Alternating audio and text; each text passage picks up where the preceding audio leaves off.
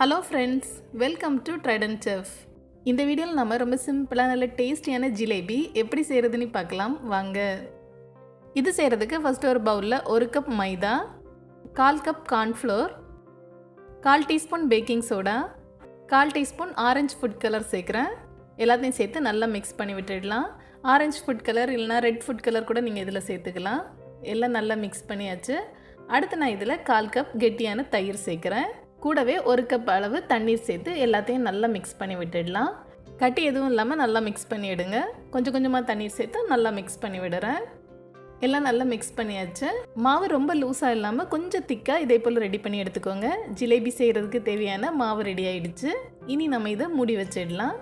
இது இருக்கட்டும். நம்ம இனி சுகர் சிரப் ரெடி பண்ணிடலாம். அதுக்கப்புறமா நம்ம ஜிலேபி செய்ய ஸ்டார்ட் பண்ணிடலாம். சுகர் சிரப் ரெடி பண்ணுறதுக்கு ஸ்டவ்வில் ஒரு பேன் வச்சு அதில் 1/2 கப் அளவு சர்க்கரை எடுத்துக்கிறேன்.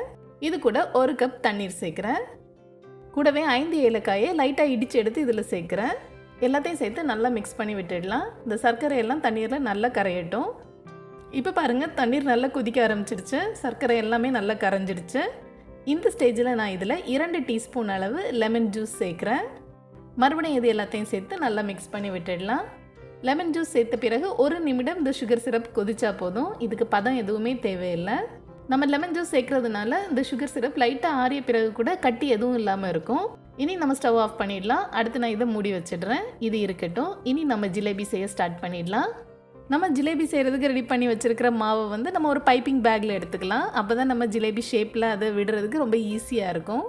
பைப்பிங் பேக் இல்லைனா சாஸ் பாட்டில் இருக்குல்ல, அதையும் நீங்கள் யூஸ் பண்ணலாம். இதை லைட்டாக கட் பண்ணி விடுறேன். ரொம்ப சின்ன ஓட்டையாக கட் பண்ணி எடுத்துக்கோங்க. இனி இந்த மாவை நம்ம எண்ணெயில் ஜிலேபி ஷேப்பில் போட்டு எடுத்துடலாம். ஸ்டவ்வில் பேன் வச்சு அதில் எண்ணெயை நல்லா சூடு பண்ணி வச்சுருக்கிறேன். ஸ்டவ் மீடியம் ஃப்ளேமில் இருக்கட்டும். இதில் நம்ம இப்போ ஜிலேபியாக செஞ்சு எடுத்துடலாம். பாருங்கள், இதே போல் 3 தடவை இப்படி சுற்றி விட்டு எடுத்தாலே போதும். சூப்பராக வருது. ஜிலேபி செய்கிறதுக்கு பேன் கொஞ்சம் ஃப்ளாட்டான பேனாக யூஸ் பண்ணுங்கள். அப்போ தான் கரெக்டாக வரும். ஒரே நேரத்தில் 4-5 ஜிலேபி கூட நீங்கள் ரெடி பண்ணிடலாம். ஒன்றும் ஒட்டாது. இந்த ஜிலேபி செய்கிறதுக்கு நம்ம மாவு புளிக்க வைக்க தேவையில்லை. ரொம்ப ஈஸியாக சீக்கிரமாக நம்ம இதை ரெடி பண்ணிடலாம். 2 பக்கமும் போட்டு நல்லா ஃப்ரை பண்ணி எடுக்கிறேன். பாருங்கள், நல்லா ஃப்ரை ஆகிடுச்சு. இனி நம்ம இதை எடுத்துடலாம். இதே போல் எல்லா ஜிலேபியுமே நம்ம ரெடி பண்ணி எடுத்துடலாம். நம்ம இப்போ ஃப்ரை பண்ணி எடுத்துகிற ஜிலேபி எல்லாத்தையுமே நம்ம சுகர் சிரப்பில் போட்டுடலாம். சுகர் சிரப் லைட்டாக சூடாக இருக்கிறது மாதிரி பார்த்துக்கோங்க. அப்போ தான் இந்த ஜீரா எல்லாமே உள்ளே ஊறி போய் ஜிலேபி ரொம்ப டேஸ்ட்டாக இருக்கும். 30 செகண்ட்ஸ் நம்ம இந்த ஜிலேபியை சுகர் சிரப்பில் போட்டால் போதும். அதில் ஜீரா எல்லாம் நல்லா ஊறி போயிடும். 2 சைடும் திருப்பி போட்டு எடுக்கிறேன். இப்போ பாருங்கள், ஜீரா எல்லாம் நல்லா ஊறி போய் ரொம்ப சூப்பராக வந்திருக்குது. இதே போலவே நம்ம எல்லா ஜிலேபியுமே சுகர் சிரப்பில் போட்டு எடுத்துடலாம். ரொம்ப ஈஸியாக நம்ம இதை செஞ்சு முடிச்சிடலாம். இது எப்படி வந்திருக்குதுன்னு நம்ம பார்க்கலாம். பார்க்கவே நல்லா கலர்ஃபுல்லாக ரொம்ப சூப்பராக வந்திருக்குது.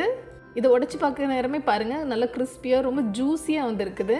உள்ள ஜீரா எல்லாம் ஊறி போய் பார்க்குறதுக்கே ரொம்ப நல்லா சூப்பராக இருக்குது. இதோட டேஸ்ட் ரொம்ப நல்லாயிருக்கும். இந்த ஜிலேபியை நம்ம 10 நிமிடத்தில் நம்ம ரெடி பண்ணி எடுத்துடலாம். ரொம்ப சிம்பிளாக நல்ல டேஸ்டியான ஸ்வீட் இது. அவ்வளோதான், ரொம்ப சூப்பராக ஜூஸியான ஜிலேபி ரெடி ஆகிடுச்சு. கண்டிப்பாக நீங்களும் இதை ட்ரை பண்ணி பாருங்கள். மீண்டும் ஒரு சுவையான ரெசிபியோடு விரைவில் சந்திப்போம்.